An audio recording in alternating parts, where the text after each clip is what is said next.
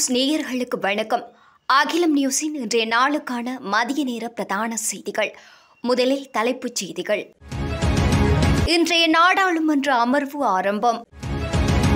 வடக்கு உட்பட பல இடங்களில் கொட்டி தீர்க்கப் போகும் கனமழை.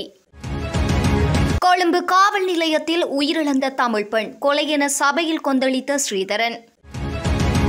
விரைவில் உச்சம் தொடும் தேங்காய் விலை, அரசிற்கு விடுக்கப்படும் எச்சரிக்கை.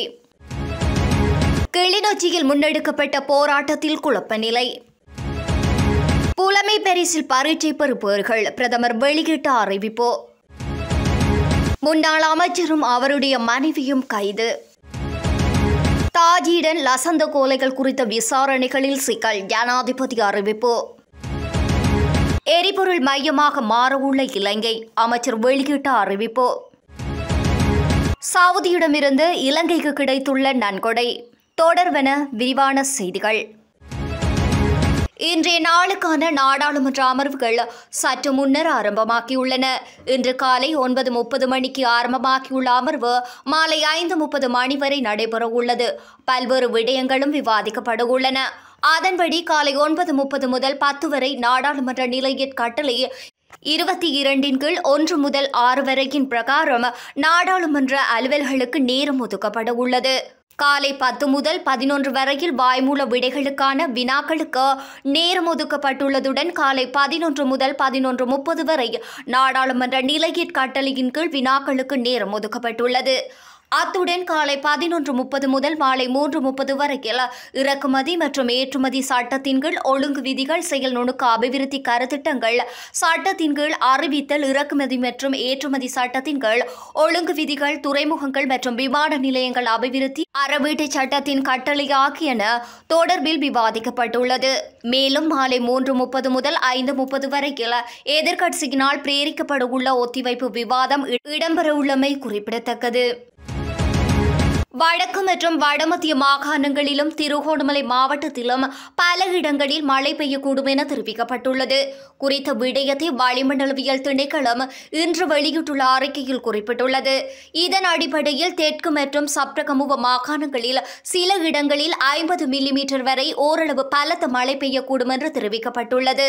ஊவா மாகாணத்திலும் அம்பாறை, மட்டக்களப்பு, மாத்தளை, நுவரெலியா, ஹம்பாந்தோட்டை மற்றும் மாத்தறை மாவட்டங்களிலும் அவ்வப்போது மழை பெய்யும் என தெரிவிக்கப்பட்டுள்ளது. மத்திய மலைநாட்டின் கிழக்கு சரிவுகளிலும் வடக்கு, வடமத்திய, கிழக்கு மற்றும் வடமேற்கு மாகாணங்களிலும் மாத்தளை, ஹம்பாந்தோட்டை மற்றும் மொனராகலை மாவட்டங்களிலும் அவ்வப்போது 30 தொடக்கம் 40 கிலோமீட்டர் வேகத்தில் ஓரளவு பலத்த காற்று வீசக்கூடும் எனவும் தெரிவிக்கப்பட்டுள்ளது. சப்ரகமுவ மற்றும் மேற்கு மாகாணங்களிலும் காலி மாவட்டத்திலும் சில இடங்களில் காலை வேளைகளில் மூடு பனியுடன் கூடிய வானிலையை எதிர்பார்க்கப்படலாம் எனவும் தெரிவிக்கப்பட்டுள்ளது. மேலும் இடியுடன் கூடிய மழை பெய்கின்ற போது தற்காலிகமாக உள்ளூர் மயமாக்கப்பட்ட பலத்த காற்று மற்றும் மின்னல் தாக்கத்தால் ஏற்படும் சேதங்களை குறைத்து கொள்வதற்கு போதுமான முன்னெச்சரிக்கை நடவடிக்கைகள் எடுக்குமாறு தெரிவிக்கப்பட்டுள்ளமை குறிப்பிடத்தக்கது. கொழும்பு மருதானை காவல் நிலையத்தின் சிறைக்கூடத்தில் உயிரிழந்த வடக்கைச் சேர்ந்த தமிழ் பெண் தவறான முடிவெடுத்து உயிரிழக்கவில்லை எனவும் அவர் கொலை செய்யப்பட்டிருப்பதாகவும் நாடாளுமன்ற உறுப்பினர் சிவஞானம் ஸ்ரீதரன் தெரிவித்துள்ளார். இன்று இடம்பெற்ற நாடாளுமன்ற அமர்வின் போதே அவர் இதனை குறிப்பிட்டுள்ளார். அத்துடன் கைது செய்யப்பட்டு தடுத்து வைக்கப்பட்ட பெண் எவ்வாறு காவல் நிலையத்தில் தவறான முடிவெடுத்து உயிரிழக்க முடியும் என்றும் அவர் மேலும் கேள்வி எழுப்பியுள்ளார். இது ஒரு பயங்கரமானதும் மோசமானதும் செய்தி என்று பொதுமக்கள் பாதுகாப்பு அமைச்சர் குறித்து விடயத்திற்கு சரியான நீதியை பெற்றுத்தர வேண்டும் என்றும் ஸ்ரீதரன் கோரிக்கை விடுத்துள்ளார். இதன்போது பொதுமக்கள் பாதுகாப்பு அமைச்சர் ஆனந்த விஜயபால குறித்த விடயம் தொடர்பில் ஆராய்ந்து இன்றைய தினம் நாடாளுமன்றத்திற்கு தெரிவிப்பதாக சபையில் தெரிவித்திருக்கின்றார்.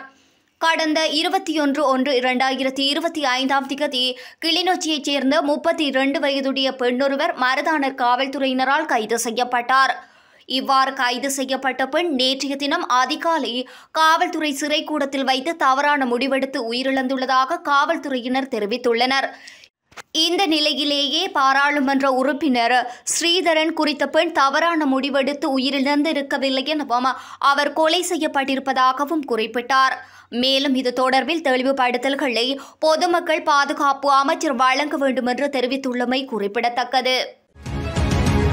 சந்தையில் தேங்காய் ஒன்றின் விலை 300 ரூபாய் வரையில் உயரும் என எச்சரிக்கை விடுக்கப்பட்டுள்ளது. இலங்கை தேங்காய் கைத்தொழில் சபையின் தலைவர் ஜயந்த சமரகோன் இதனை தெரிவித்துள்ளார். குறைந்தபட்சம் 100 மில்லியன் தேங்காய்களையாவது உடனடியாக இறக்குமதி செய்யாவிட்டால் நிலைமை மேலும் மோசமடையும் என்று அவர் குறிப்பிட்டுள்ளார். கைத்தொழில் துறையினர் அதிக விலைக்கு தேங்காய்களை கொள்வனவு செய்வதால் நுகர்விற்கான தேவையான தேங்காய் 250 முதல் 300 ரூபாவாக உயரும்.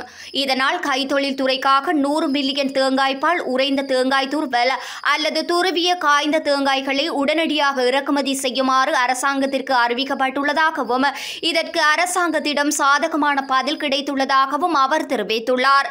தென்னை ஆராய்ச்சி நிறுவனத்தின் தரவுகளின்படி 2021 மற்றும் 2024 இடையில் நாட்டின் தேங்காய் அறுவடையானது 700 மில்லியனுக்கும் அதிகமான தேங்காய்களினால் குறைந்துள்ளது. தொடர்ந்து தேங்காய் தட்டுப்பாடு காரணமாக தேங்காய் விலை அதிகரித்துள்ளது எனவும் தெரிவித்துள்ளார். கிளிநொச்சி நகரத்தில் இன்று காலை முன்னெடுக்கப்பட்டுள்ள போராட்டத்தில் குழப்ப நிலை ஏற்பட்டுள்ளது.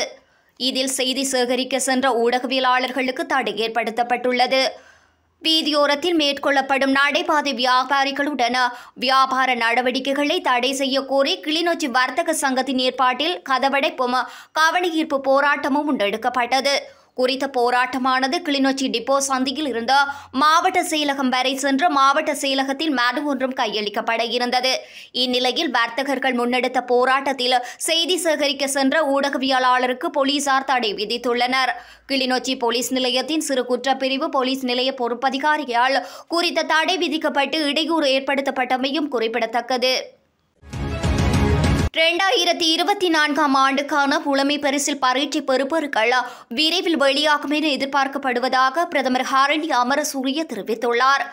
நாடாளுமன்றத்தில் இன்று கேட்கப்பட்ட கேள்விகளுக்கு பதிலளிக்கும் போதே பிரதமர் மேற்கண்டவாறு தெரிவித்தார். புலமை பரிசில் பரீட்சையுடன் ஏற்பட்ட நெருக்கடியின் காரணமாக பெறுபேறுகளை வெளியிடுவதில் தாமதம் ஏற்பட்டதன் காரணமாக பெறுபேறு மதிப்பீட்டு நடவடிக்கைகளை இடைநிறுத்துமாறு நீதிமன்றம் உத்தரவிட்டுள்ளதாகவும் பிரதமர் தெரிவித்திருக்கின்றார். உண்மையில் துரதிர்ஷ்டவசமானது எமக்கு இவ்வளவு காலம் தேவைப்பட்டதற்கு. ஆனால் இதற்கு காரணம் புலமை பரிசில் பரீட்சையில் ஏற்பட்ட நெருக்கடியால் நீதிமன்ற உத்தரவின் காரணமாகத்தான் வினாத்தாள்களை மதிப்பீட்டை நிறுத்தி வைக்க வேண்டியது ஆயிற்று. வெகு விரைவில் பெறுபேறுகளை வெளியிட நாம் நடவடிக்கைகளை எடுத்து வருகின்றோம் என பிரதமர் ஹரணி அமரசூரிய தெரிவித்திருக்கின்றார். இலங்கையின் முன்னாள் அமைச்சர் ஒருவரும் அவரது மனைவியும் அரச நிதியை துஷ்பிரயோகம் செய்தமை உள்ளிட்ட குற்றச்சாட்டில் கைது செய்யப்பட்டுள்ளனர். அதன்படி முன்னாள் அமைச்சர் அருண பிரியதர்சன யாப்பவும் அவரது மனைவியுமே குற்றப்புலனாய்வு திணைக்களத்தினரால் நேற்றைய தினம் கைது செய்யப்பட்டுள்ளனர். 2014ஆம் ஆண்டில் பிங்கிரிய மற்றும் நாரம்மல ஆகிய பகுதிகளில் வெள்ளப்பெருக்கினால் பாதிக்கப்பட்ட மக்களுக்கு நிவாரணம் வழங்குவதற்கென கனியவெள்ள கூட்டுத்தாபனத்திற்குறித்தான சுமார் 61,46,000 ரூபாய் நிதியை முன்னாள் அமைச்சர் பெற்றதாக தெரிவிக்கப்படுகின்றது. அவ்வாறு பெற்றுக்கொண்ட நிதியினை நிவாரணம் வழங்குவதற்கு பதிலாக 2015ஆம் ஆண்டு ஜனாதிபதி தேர்தல் பிரச்சாரத்துக்காக பயன்படுத்தியதாக முன்னாள் அமைச்சர் மீது குற்றச்சாட்டு முன்வைக்கப்பட்டுள்ளது. அதற்கமைய அரச நிதியை முறைகேடாக பயன்படுத்தியமை மற்றும் பொது சொத்து சட்டத்தின் கீழ் சட்டமா அதிபரின் ஆலோசனைக்கமைய முன்னாள் அமைச்சர் அனுர பிரியதர்சன யாப்பவும் அவரது மனைவியும் கைது செய்யப்பட்டதாக போலீஸ் ஊடக பேச்சாளர் தெரிவித்துள்ளார். பிரபல ரகர் வீரர் வாசிம் தாஜிடன் மற்றும் பிரபல ஊடகவியலாளர் லசந்த விக்ரமதுங்க ஆகியோரது கொலைகள் குறித்து விசாரணைகளை முன்னெடுப்பதில் சிக்கல்கள் காணப்படுவதாக ஜனாதிபதி அனுரகுமார திசாநாயக்க தெரிவித்துள்ளார். இந்த கொலைகள் இடம்பெற்று நீண்ட காலம் என்பதால் விசாரணைகளை மேற்கொள்வதில் நெருக்கடி நிலைமைகளை சந்திக்க நேரிட்டுள்ளது என்றும் அவர் குறிப்பிட்டுள்ளார். தொலைக்காட்சி ஒன்றுக்கு அளித்த நேர்காணலில் அவர் இந்த விடயங்களை தெரிவித்துள்ளார். இதேவேளை 16 ஆண்டுகளுக்கு முன்னர் இடம்பெற்ற கொலை சம்பவம் தொடர்பில் விசாரணைகளை நடத்துவதில் விசாரணையாளர்கள் அசௌகரியங்களை எதிர்நோக்க நேரிட்டுள்ளது என்றும் அவர் குறிப்பிட்டுள்ளார். இந்த சம்பவங்களுடன் தொடர்புடைய பிரதான சந்தேக நபர் ஒருவர் தற்பொழுது உயிருடன் இல்லை எனவும் ஜனாதிபதி தெரிவித்துள்ளார். மேலும் தாஜிடன் கொலையுடன் தொடர்புடைய சட்ட வைத்திய அதிகாரிக்கும் மரணித்துவிட்டார். எவ்வாறெனினும் விசாரணைகளில் சிக்கல்கள் ஏற்பட்டாலும் நீதியை நிலைநாட்ட நடவடிக்கைகள் எடுக்கப்படும் என ஜனாதிபதி அனுரகுமார திசாநாயக்க சுட்டிக்காட்டியுள்ளார். ஸ்னோபெக் நிறுவனத்தினால் ஹம்பாந்தோட்டையில் எரிபொருள் சுத்திகரிப்பு நிலையம் ஸ்தாபிக்கப்பட்ட பின்னர் இலங்கையும் ஒரு எரிபொருள் மையமாக மாறும் என வெளிவிவகார அமைச்சர் விஜித ஹீரத் தெரிவித்துள்ளார். அரசாங்க தகவல் திணைக்களத்தில் நேற்று நடைபெற்ற செய்தியாளர் சந்திப்பில் கலந்து கொண்ட போதே அவர் இதனை குறிப்பிட்டுள்ளார். இங்கு அவர் மேலும் தெரிவிக்கையில், ஹம்பாந்தோட்டை துறைமுகத்திற்கு அருகில் சீனாவின் ஸ்னோபெக் நிறுவனம் நிர்மாணிக்க உள்ள எரிபொருள் சுத்திகரிப்பு நிலையத்தின் மூலம் உள்ளூர் சந்தைகளுக்கு வெளியிடப்படும் எரிபொருளின் சதவீதம் குறித்து உடன்பாடொன்றை எட்டுவதற்கு சுமார் 1 மாத காலம் ஆகும். இது தொடர்பான உடன்பாடுகள் அண்மையில் கைச்சாத்திடப்பட்டதுடன் இந்த சுத்திகரிப்பு நிலையத்திலிருந்து எந்த நாடுகளுக்கு எரிபொருள் ஏற்றுமதி செய்யப்படும் என்பது குறித்து ஸ்னோபெக் நிறுவனமே இறுதி முடிவுகளை எடுக்கும். சீன அரசின் ஸ்னோபெக் நிறுவனம் தொடர்பான நிலம் மற்றும் ஏனைய பிரச்சினைகளை விரைவில் தீர்ப்பதே இலங்கையின் நோக்கமாகும். உதாரணமாக, சிங்கப்பூர் எந்த ஒரு எரிபொருளையும் உற்பத்தி செய்யாத ஒரு நாடாக உள்ளது. எனினும் அந்த நாடு இன்று உலகின் பல நாடுகளுக்கு எரிபொருள் விநியோகிக்கும் ஒரு மையமாக செயற்படுகின்றது. எனவே ஸ்னோபெக் நிறுவனத்தினால் எரிபொருள் சுத்திகரிப்பு நிலையம் ஸ்தாபிக்கப்பட்டதன் பின்னர் இலங்கையும் அவ்வாறானதொரு எரிபொருள் மையமாக மாறும். அமைச்சர் விஜிரகேர தெரிவித்துள்ளார். சவுதி அரேபியா 50 மெட்ரிக் டன் பேரீச்சம்பழங்களை நன்கொடையாக வழங்கியுள்ளது. எதிர்வரும் ரமலான் நோன்பு காலத்தை முன்னிட்டு இவ்வாறு பேரீச்சம்பழங்கள் நன்கொடையாக வழங்கப்பட்டுள்ளது.